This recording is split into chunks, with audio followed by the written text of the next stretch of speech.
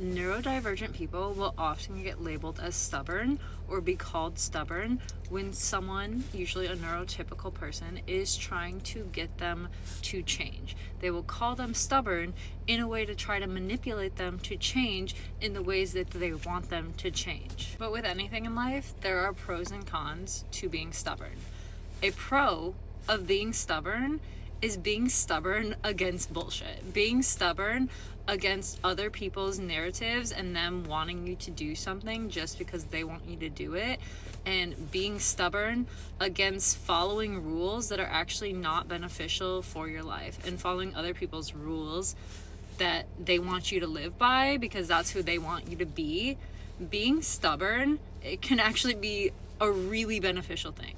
Being stubborn on your fitness journey isn't necessarily a bad thing. It can be.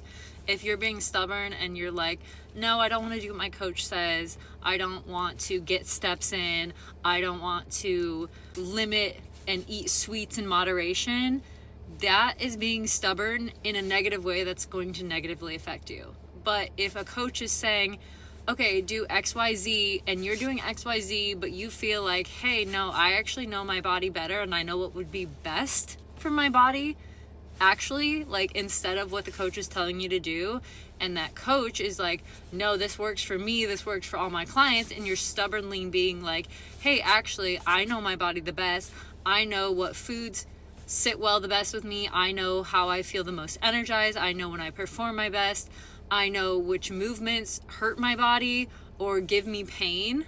That's being stubborn in a good way. So for the neurodivergent people who have been called stubborn their entire lives, it is not a bad thing. It's not a bad thing to be called stubborn. Like, yes, there are ways where stubbornness can get in your way and it can be self-sabotage to be so stubborn.